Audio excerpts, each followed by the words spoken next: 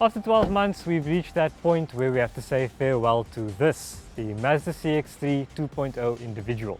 Now, in that time, we've learnt a lot about Mazda's smallest crossover, most of which has been fairly good.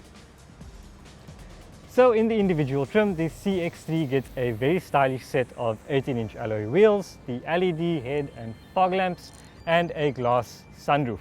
You also get this ceramic white paint, which did a very good job at hiding dirt.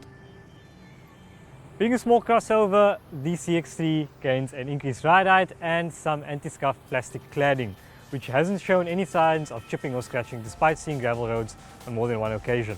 Now, even though it has an increased ride height, the front bumper did suffer with a few scrapes while going over some relatively low speed bumps, but it didn't have any problems with climbing the odd pavement here or there. So the CX-3's biggest weakness is definitely its boot. It is very small. If you're 4 people going away for the weekend, it's not going to be able to carry all of your luggage. The problems don't stop there, because if you look inside, there are no bag hooks. And being a crossover with it experiencing a lot of body roll through the corners, it's going to be a very common sight for your luggage to be all over the show when you reach your destination. Now, the CX-3's boot does have anchors for cargo net, but Mazda South Africa doesn't stock this as an accessory. Inside, you are greeted by a very premium and refined interior, which we commended for having a high perceived quality.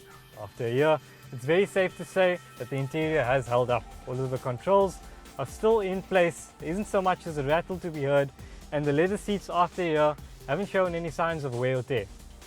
One thing the cabin is missing is definitely a center armrest. Because this is an automatic and because of your driving position, it would be much better if you had somewhere to rest your left arm. Now, most of this car's glory does come from the way it drives. Alright, so in the CX-3 you get the same engine transmission combination that you find in the Mazda 3, which is the 2-litre Skyactiv engine. In this it makes 115 kilowatts and 204 newton meters of torque. It's very punchy, it delivers its power very healthily. It really does feel like an old school hot hatch, but I feel that the CX-3 would be a lot nicer and more interactive with the manual transmission. Having said that, the CX-3 is geared very nicely. The ratios of all 6 speeds are nice and long, very comfortable, and it doesn't struggle to get through those ratios. So doing long distance drives or in-city drives, really no struggle at all. With the 6-speed torque converter, you get the manual paddle shifters, which you very rarely use because they are quite delayed. It takes about a third of a second for the gear to actually change. That, along with the sport button you find here, which just extends the rev all the way through the gear, those are 2 things that you'll never use. I mean, although it says sport, the instruction manual says that you only need to use this button when you're merging to highways or when you're planning to overtake. The 2-litre engine is quite noisy, anywhere above 2000 RPM, but it's something that you get used to fairly quickly. I guess it just depends on your preference. Servicing the CX-3 was a very pleasant experience. It was quick, it was efficient, and it was done within a day. It was done after 15,000 kilometers and it was covered by the 5-year service plan.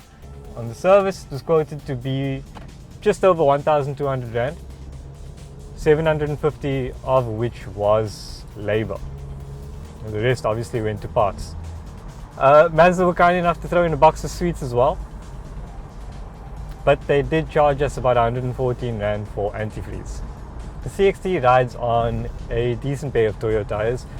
After about 15,000 kilometers, we saw a drop of about 1.5 millimeters in tread in the front tires, which means you'd preferably have to rotate it every 10,000 k's, and depending on how you drive, it should last anywhere between 50 to 60,000 kilometers. Am I going to miss the CX-3? It's had its ups and downs, but it's had way more ups than downs. I mean, the downs are actually minimal. So yeah, I'm gonna miss this car. It's been so much fun to drive. After 12 months, the CX-3 has definitely delivered, but at 365,000 Rand, it isn't exactly cheap. Although the toys you get with the individual model are nice, the dynamic just screams more value for money, being 40,000 Rand cheaper. Having said that though, the CX-3 has definitely proven itself as a serious contender in the compact crossover market.